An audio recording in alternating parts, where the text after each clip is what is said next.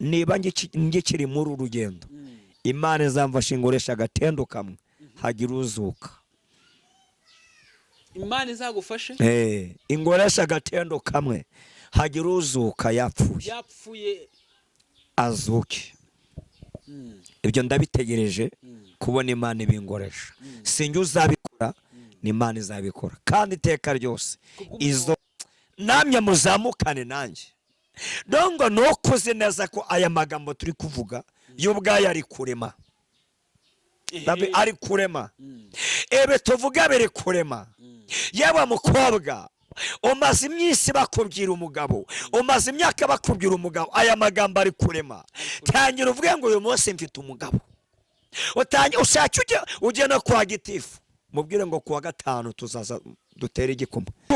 Mu bane ibihumbi n'ibihumbi bo banga gupfukamira ibigirwamana n'ibishushanyo by'izahabu bya Nebukadinezari. Umva uko bavuze ngo Imana dukorera ibasha kudukiza, ariko nubwo itadukiza ndabwo. Hanyuma nkuko nari nababwiye ko naje mu murenge wa Rugerero mu karere ka Rubavu, aho naje kuganira n'umukozi w'Imana Pastor Bani. Ubu ngubu turicaye mu masaha nimugoroba. Naje mu gatondo ariko bitewe n'ibihe by'imvura yagiye ikagwa tukabura uburyo tuganira, urusaku rw'imvura ntago byakunze. Imana yemeye ko tuganira nimugoroba kubera ko mbakunda cyane rero. Nanze ko gusubira aho navuye nta kintu tugize ute dukoze. Ni ukore kandi bura nuko mbwira abantu kugira abantu ku rugendo ruvunanye ariko ruravunanye pe. Hanyuma rero reka tuganire utuntu dukeya, ariko nanone reka nakire Pastor abanza dushyira imbere y'Imana. Mana turagushimiye, izina ryawe niryubahwe, wakoze imirimo n'ibitangaza abana natwe. Ndakunezewe cyane ko uyu mugoroba izina ryawe nirishimwe. Sengeye bene data badukurikire ryo no hino kuri ndi umukristo kuri Gone Ark TV, abo bose ubane nabo kuko uri Imana y'urukundo kandi ukaba uri gitangaza. Abarwaye kwa muganga ndabasengeye, afite ibibazo mu biro ndabasengeye, abarwaje mu rugo ndabasengeye. Data mucunse mwamudukunda, afite amadeni ndabasengeye. Data Kristo mwamudukunda, ndetse ababajwe n'ubukode ndabasengeye bw'amazu. Abo bose bagirira neza kuko uri Imana nyamana. Gumana na bene data n'abashiki bacu, ubarinde ikibi cyose kugira ngo izina ryawe ryubahwe. Ngabarengere byose kandi bafashe muri byose mwamudukunda. Babakobwa bacu ndabasengeye bategereje ingo kandi Mana warazibabwiye n'ukuri kandi ijambo ryawe ndetse iyo warisohoje biridutera umunezero.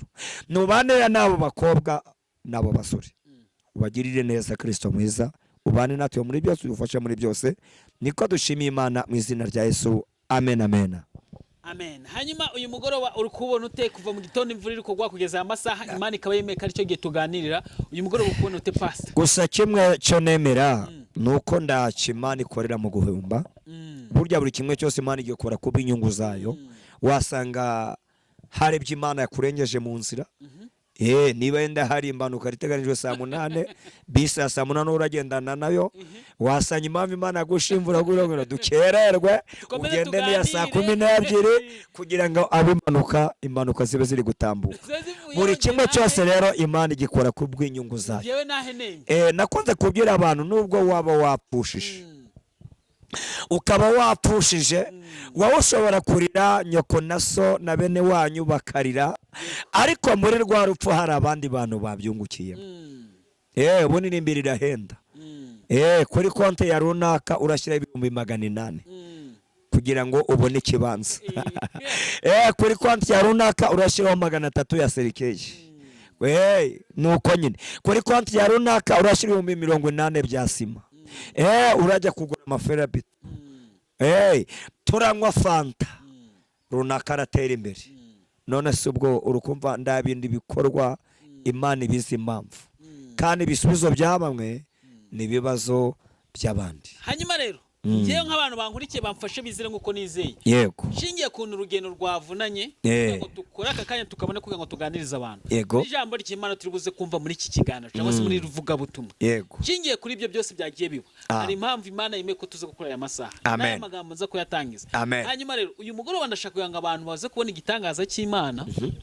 nageze kwa pasiteri Labani iyo mvuze rino jambo gukubita abazimu tuba tuje guhondagura abazimu kubahondagura haleluya tuba tuje guhondagura abazimu tukabahondagura ku buryo nta muzimu usigara akwicariye abukwicariye nuko nukuri akwicariye ndashaka ngo umuntu ntize kwizera hanyuma tuganire na Pastor Ban. Amen. Ariko mu magambo make ubone murambabwira kwizera bazi dufashe none ubasobanure kwizera neza ngo bakize. Ubundi dushingiye kuri Bibiliya mu gitabo cy'Abaheburayo 11 aho ni buryo ibintu byose tugiye dushingira ku ijambo ry'Imana kuko n'ibyo dukora byose dushingira ku ijambo ry'Imana.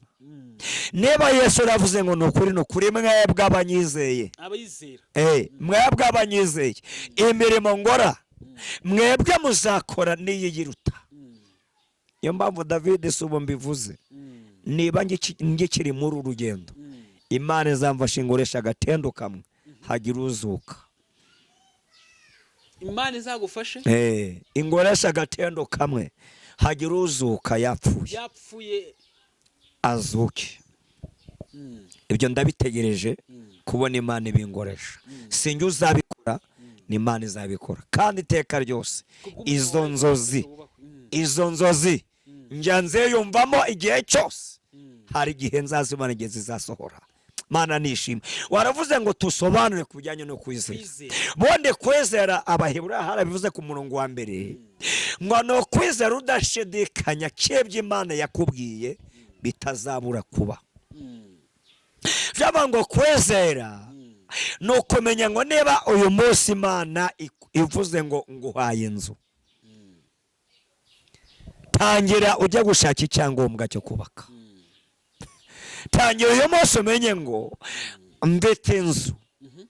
Nebe Imana ikubishiye muri Amerika tangira wimenyereze kugenda ngo umuntu uzajya muri Amerika ujya gushaka passport ushaka visa ubu yibitse mu rujyo wawe ihari witegure uvuga ngo ejo hari wansekeje yavuze ejo ndagenda ariko nanjye ndavuga tukwize cyangwa abantu kukwizera kuri amazi imyaka 15 nta rubyaro yego barangije amubwiye ati rero ubu nibwo buhanuzi bwa nyuma tukubwiye Imana igwaye urubyaro nawe byizera uko nkuko ahubwo ikibazo nibajije navuze ati iyo myaka 15 ntiyasengaga ngo yizere yarasengaga ahubwo ngo yahise yizera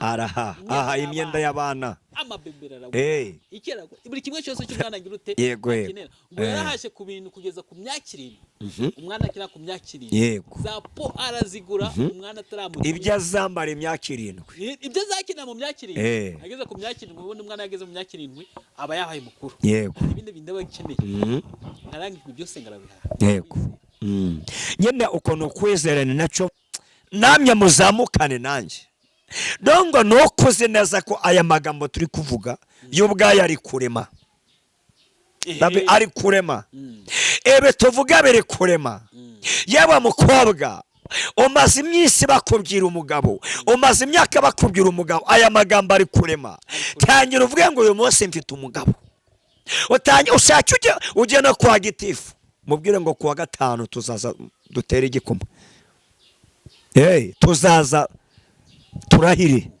utangira ubyizere nebe Imana ikubwiye buriya hari ikindi gera bigarutseho Saduraka Meshaki na Abedenego bari barizeye Imana muri wabivuzeho kandi koko bari barizeye Imana ku buryo babwiye umwami bati Imana dukorera ibasha kudukiza nuko bari barizeye kwikiza rero bari barizeye kwikiza David namwe abadukurikiye bari barizeye kwikiza babyikonekidaho nubwo abantu baberetse umuriro ati do umuriro nguyu nubwo abantu baje cyeko tweko dupfukamira zino Mana hari icyo twabaye murabona tudahari kazi kabo bivuga ngo kuba urugendo ruri kugendwa n'abantu benshi sicyo cyerekana ko ari ukuri ko bikendo cyahururiwe n'abantu benshi sicyo cyerekana ko ari ukuri.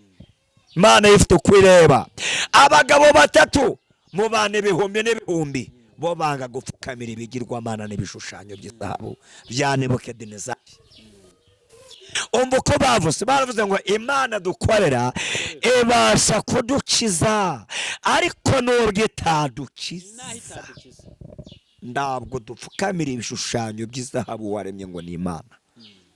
bari abagabo David, bari abagabo bari bageze ku rwego rwiza, bari bageze ku rwego rwo kwizera.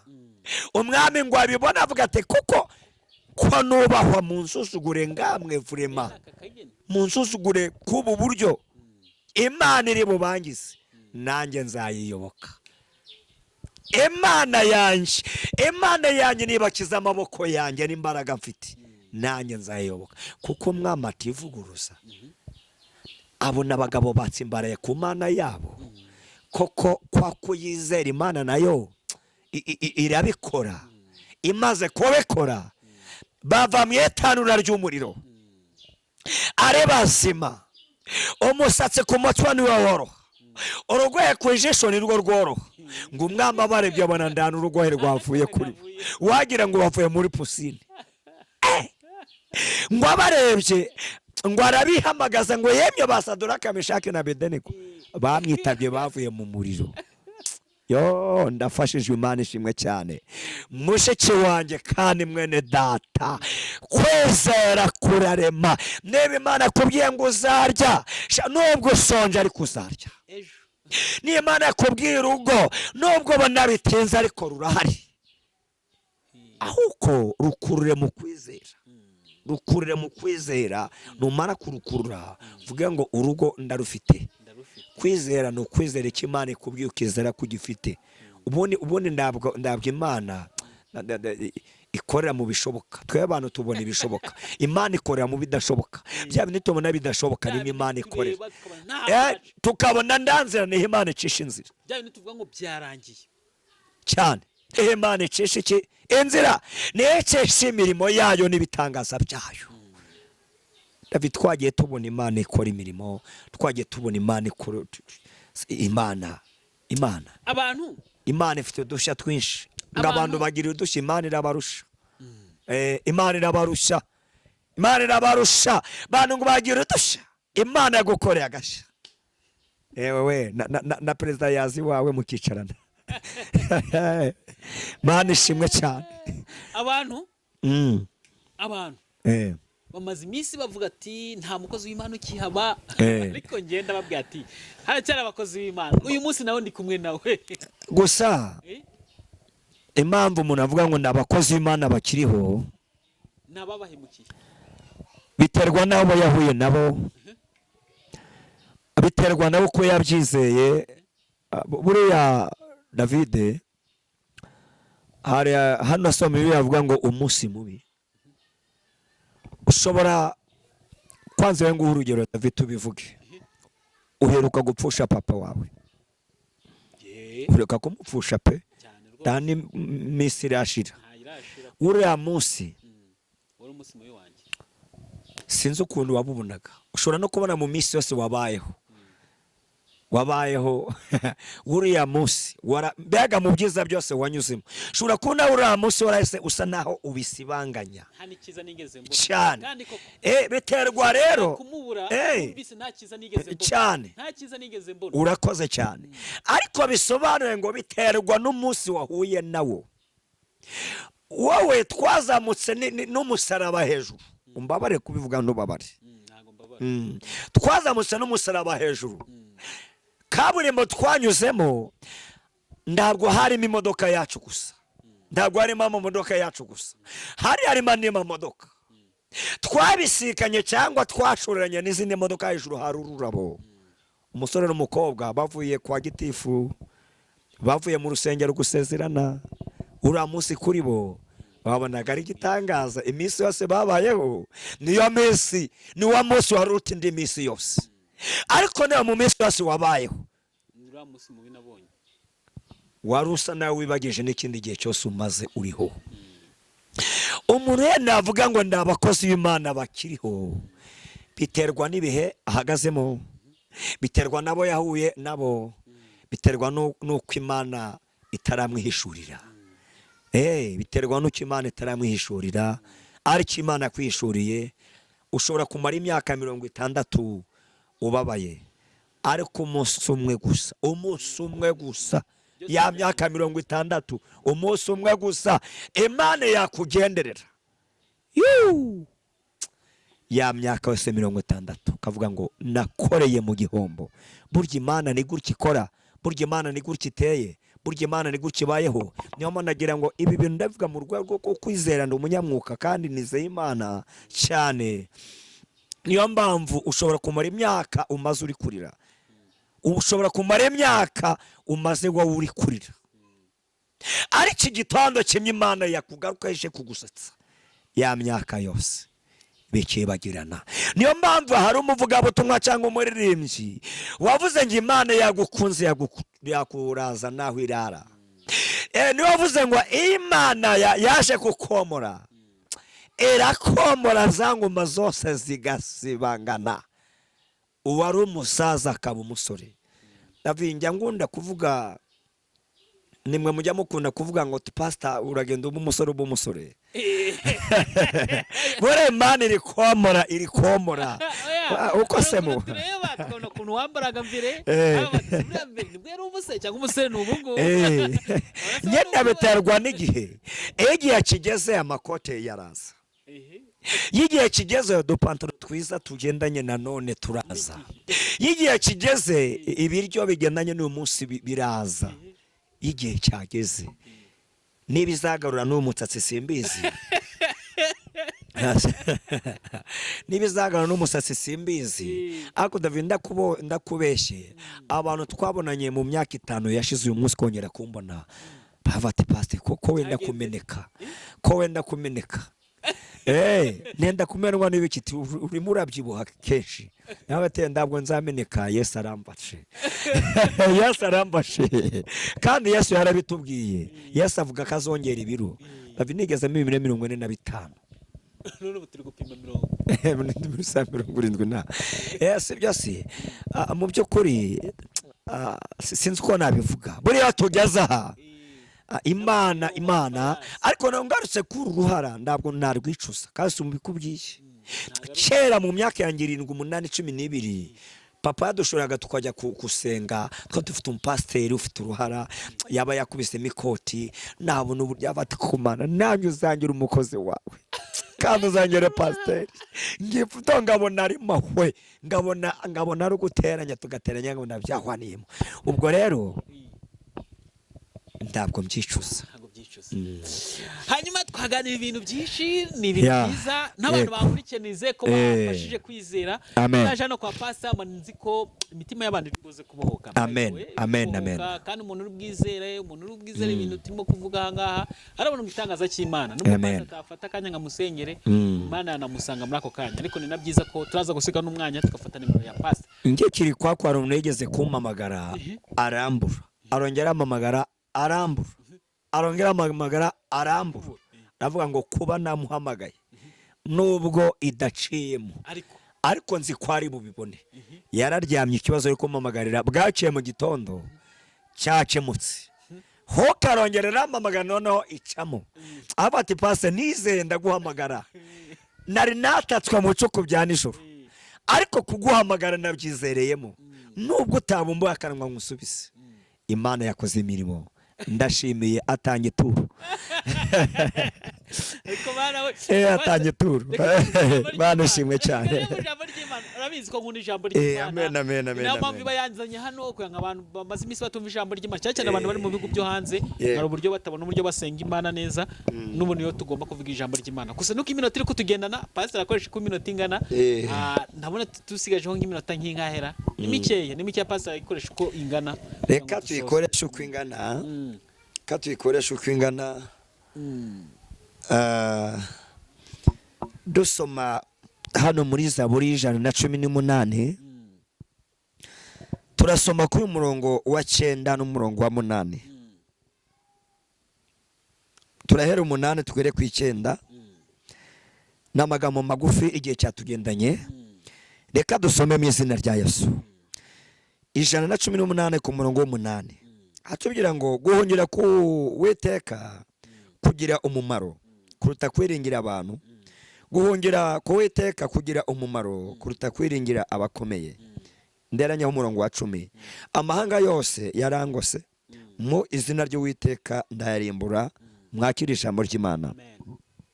Oyo ni Dawidi yavuze aya magambo nuko ari byo Imana yari yakoze, ko ari byo Imana yari yakoze. Birashoboka ko ubundi Dawidi njyamugarukaho cyane, yari umugore wa kabiri. Dawidi inkomoko yakomotse ku mugore wa kabiri. Dongo yari umwana w'indaya cyangwa se yo ku inshoreke, niko twabivuga. Yarakomotse ku nshoreke. Ubundi ubutware cyangwa se ubwami bwahabwaga abana b'isezerano, bwahabwaga abana b'isezerano. Ubwo rero Dawidi atungurwa no kumva Imana imuha isezerano ryo kuba umwami. Aminadabu batabishaka, bariya batabishaka, ariko kuko ari icyo Imana yavuze, Imana iragisohoza. Yatangwa Dawidi akomoka ku mugore wa kabiri utazwi cyangwa se ubarwa ng'indaya. Imana imugirira neza mu isezerano ryo kuzaba umuntu ukomeye. Igihe yari amaze kubiba, kuba ukomeye niko nshatse kuvuga, nibwo yavuze ngo burya guhungira ku Uwiteka, nibwo yavuze ngo guhungira ku Uwiteka kugira umumaro kuruta kwiringira abantu, guhungira ku Uwiteka kugira umumaro kuruta kwiringira abakomeye. Mushiki wanjye namwe data, Imana yabishatse yakugira ukomeye mu kwezi kumwuka burakomeye. Yabishatse yakugira ukomeye, ukarenga ugatumbagira ukagera mu bushorishori, kubera ko Imana yakwamamaje. Imana yacu nishimwe cyane. Mu buzima tugira ibyo twiringira byinshi bitandukanye, kuko ibyo kwiringirwa ni byinshi, ariko niba hatarimo Imana, niba wiringiye ama etaje, ari igitondo kimwe ama etaje azaba adafite icyo avuze ku buzima bwawe. Niba wiringiye amafaranga, ari igitondo kimwe amafaranga azaba adafite icyo avuze ku buzima bwawe. Uwo kwiringirwa n'umwe n'Imana.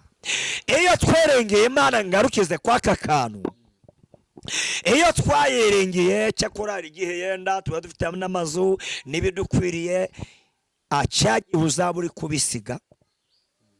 Iyo wiringiye Imana, usiga ama etaje, usiga amamodoka, usiga amafaranga. Imana ikubwira ngo ngwino mwana wanjye, ngwino mwana wanjye. Wakubita amaso aho Imana ikujyana, ukabona hari ibiruta ama etaje, ukabona hari ibiruta amamodoka, ukabona hari ibintu bidasanzwe, donc ukava mu bwiza ujya mu bundi. Ariko werengeye ama etaje n'amafaranga gusa, Imana utarayiringiye, ubona uri kujya mu bicu by'umwijima, ubona uri kumuntu kujya Gihonomu. Aho ngaho ba warogereza, ndimo zarogerete yemye bagabo, yemye badamu, yemye bakobwa. Hari umukobwa yiringira ubukobwa bwe, yabona ibere rye, yabona inzobe ye, yabona amashuri, yabona diplome, yabona uburyo akazi ari uburyohe. Ariko hari igitondo kimwe isi izaba yakunaterereje, wahindutse zero, ndacyo ufite. Aricyo ufite Kristo muri wowe, aragwira ngo komera mwana wanjye, nzaguha ibiruta ibingibi usize hano, ibiruta ibingibi wambuwe, nzaguha ibi biruta mu bwami bw'ijuru. Reka dusoreze hano, nimwakira ijambo ry'Imana. Amen. Tugeze muri ka kanya keza, kanya abantu baba bategereje. Tukoze ikiganiro gitoya kidasaza iminota 25. Yego nibyo, ariko nanone ni ikiganiro cyiza kiri buze kubaka abantu bavuga ati ikiganiro kirekire, yego twari kugikora, ariko nanone umunsi ukuntu wagenze ntago byoroshye, ntago byoroshye. Ariko Imana, dushimye Imana idushoboje tukakora n'iki kiganiro cyangwa se niruvuga butumwa ku bantu badukurikiye bizeye, maze gukurikirana n'ibindi biganiro. Amen. Ndabizi abantu bakishaka kutwumva, ariko dufite ibiganiro byinshi. Twakwagera na Pastor Bani, ibiganiro byinshi. Mwaza kugenda mukakurikirana n'ibindi biganiro. Birahari. Keza ko gufatana imirimo y'umukozi w'Imana.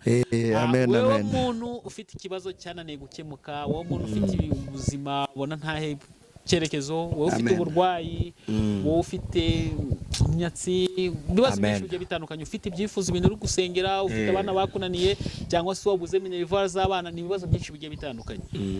Aka kanya ni akanya kawe ko gufata nimero ya Pastor ngo musengane, kumubwira yitubwire, aradusoheza n'isengesho. Mukuru Pastor.